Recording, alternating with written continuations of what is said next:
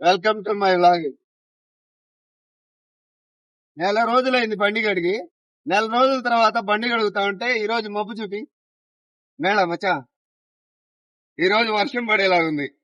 మనం బండి కడుగుతుంటే వర్షం పడుతుంది. ఆ కడక్క కడక్క మనం బండి కడిగితే వర్షం పడి మళ్ళా బురద బురద అయిపోతుందా? నాకు తెలిసి ఒక వారం క్రితం నుంచి సౌదీలో కింగ్ కూడా అందరినీ దువా చేయమని చెప్తున్నాడు అంట వర్షం పడాలని. అందుకే నేను బండి కడుగుతున్న కారణంగా వర్షం పడుతున్నట్టుగా ఉంది.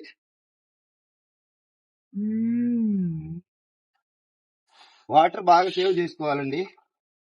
2 బకెట్లతోనే పైప్ ఉంది కదా అని పైప్ తోటి నీళ్లు వేస్ట్ చేయకూడదు. ఒక బకెట్ లో సబ్బు వాటర్, ఒక బకెట్ లో నార్మల్ వాటర్, 2 బకెట్లతోటే. అంటే నా బండి ఇంకా బాగాలేదు కాబట్టి 2 బకెట్లు కావాలి. ఒకవేళ బండి బాగుంటే నీట్ గా ఉంటే ఒక బకెటే చాలు. సగం బకెట్ సబ్బు నీళ్లు, సగం బకెట్ నార్మల్ నీళ్లతోటి బండి సూపర్ గా క్లీన్ అయిపోతుంది. అర్థమవుతుందా? అది వాటర్ ఎంత సేవ్ చేస్తామో అంత మంచిది. ఎప్పుడు వాటర్ ని వృధా చేయకండి. అందరూ అనుకుంటుంటారా గల్ఫ్ లో ఉంటే హ్యాపీగా లగ్జరీ లైఫ్ అని. లగ్జరీ లైఫ్ ఏం లేదు, అంతా నార్మలే. అయిపోయిన మెరుగులే అంతా. మిగతా అంతా సేమ్ టు సేమ్.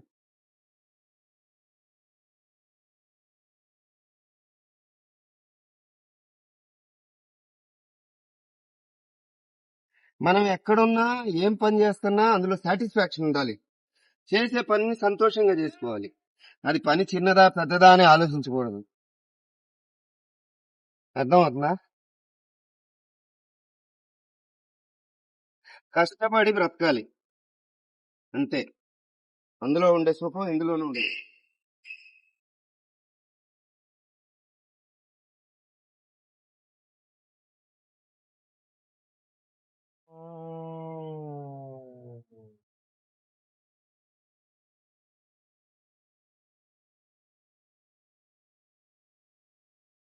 ఓకే, ఇప్పుడు ఈ నీళ్లు మిగిలిపోయినాయి. ఇంకా ఇంకొంచెం అందులో మిగిలినాయి, ఇంకొంచెం ఇందులో మిగిలినాయి కాబట్టి ఇప్పుడు ఈ నీళ్లు మిగిలినాయి. ఈ నీళ్లు ఇప్పుడు టైర్లు డిస్కులు కడిగేద్దాం.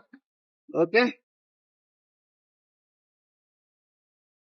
ఎప్పుడైనా గల్ఫ్ లో ఉన్న వాళ్ళు డ్రైవర్లు ఎప్పుడు కూడా పైపు తీసుకొని రోడ్డు మీద కడగొద్దు. కొత్త వాళ్ళకి తెలియకపోతే తెలియని వాళ్ళకి చెప్తున్నానండి. 10,000 రియాల్ ఫైన్. ఎంత నల్లగా ఉందో. మన జీవితాలు కూడా అంతే. ఎప్పటి పని అప్పుడు చేసుకోకపోతే అంతే. ఎప్పటి పని అప్పుడు చేసుకుంటా ఉన్నాం అనుకోండి, లైఫ్ కూడా చాలా ఈజీగా ఉంటది.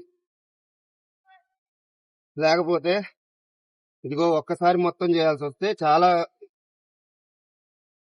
కష్టమైన పని అనమాట. అందుకే ఎప్పటికప్పుడు సులువుగా చేసేసుకుంటా ఉండాలి. Okay, bye bye.